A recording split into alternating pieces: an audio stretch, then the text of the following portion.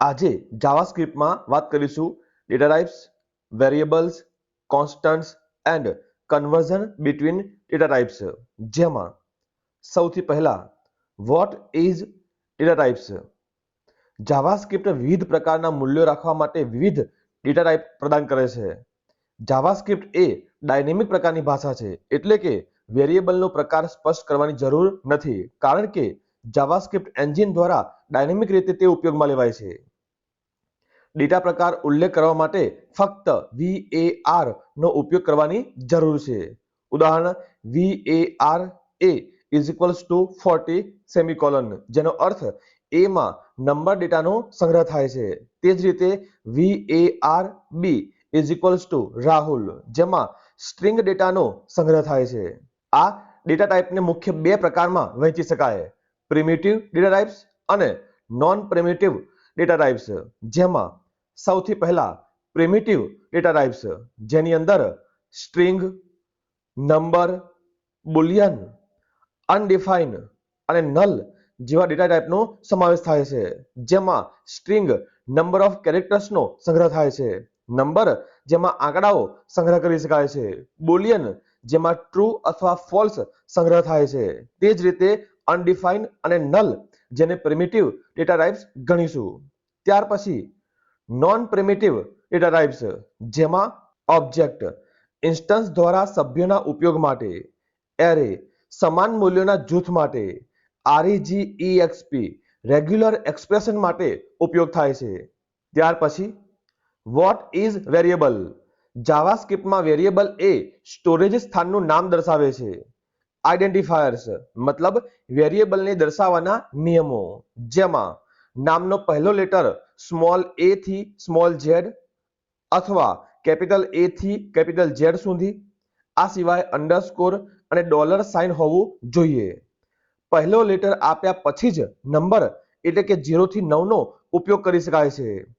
JavaScript variable case sensitive છે, જેનો અર્થ small x અને કેપિટલ X બંને અલગ વેરિયેબલ ગણાશે. આ સિવાય વેરિયેબલના મુખ્ય બે પ્રકાર પાડી શકાય, જેમાં લોકલ વેરિયેબલ અને ગ્લોબલ વેરિયેબલ. સૌથી પહેલા local variable. JavaScript local variable block અથવા ફંક્શનની અંદર જાહેર કરવામાં આવે છે, જે તમે બાજુના કોડમાં જોઈ શકો છો. આ સિવાય global variable. JavaScript global variable કોઈપણ ફંક્શનથી એક્સેસ કરી શકાય છે, તે માટે પણ કોડ બાજુના બોક્સમાં દર્શાવેલ છે. ત્યાર પછી વોટ ઇઝ કોન્સ્ટન્ટ. જાવાસ્ક્રિપ્ટમાં નવા વેરિયેબલને વ્યાખ્યાયિત કરવા માટે ઉપયોગ થાય છે. સામાન્ય રીતે var કીવર્ડનો ઉપયોગ જાવાસ્ક્રિપ્ટ વેરિયેબલ જાહેર કરવા માટે થાય છે. જ્યારે તમે આખા પ્રોગ્રામ માટે તે વેરિયેબલની કિંમત બદલવા માંગતા ન હોય, ત્યારે વેરિયેબલ જાહેર કરવા માટે કોન્સ્ટ કીવર્ડનો ઉપયોગ થાય છે, જે આપેલ કોડિંગમાં જોઈ શકો છો. અને અંતે what is data types conversion, જેમાં જાવાસ્ક્રિપ્ટ એ વર્સેટાઇલ ભાષા છે અને તેની વર્સેટાલિટીનો એક ભાગ ડેટા પ્રકારોને કન્વર્ટ કરવાની ક્ષમતામાં રહેલો છે. ડેટા ટાઇપ કન્વર્ઝન એ એક ડેટા પ્રકારમાંથી બીજામાં મૂલ્ય બદલવાની પ્રક્રિયા છે. જાવાસ્ક્રિપ્ટ તમને ડેટા પ્રકારોને કન્વર્ટ કરવામાં મદદ કરવા માટે ઘણા બિલ્ટ-ઇન ફંક્શન પ્રદાન કરે છે, જે આપણે પ્રિમિટિવ અને નોન પ્રિમિટિવ ડેટા ટાઇપ્સ તરીકે જોયા.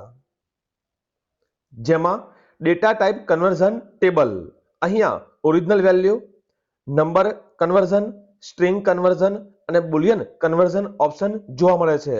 જેમાં ફોલ્સ માટે 0 ફોલ્સ ફોલ્સ, ટ્રુ માટે 1 ટ્રુ ટ્રુ, 0 વેલ્યુ માટે 0 0 ફોલ્સ, 1 માટે 1 1 ટ્રુ, ફરીથી સ્ટ્રિંગ વેલ્યુ 1 માટે 1 1 ટ્રુ, 20 નન 20 ટ્રુ, નલ માટે 0 નલ અને ફોલ્સ, જ્યારે અનડિફાઇન્ડ માટે નન અનડિફાઇન્ડ અને ફોલ્સ.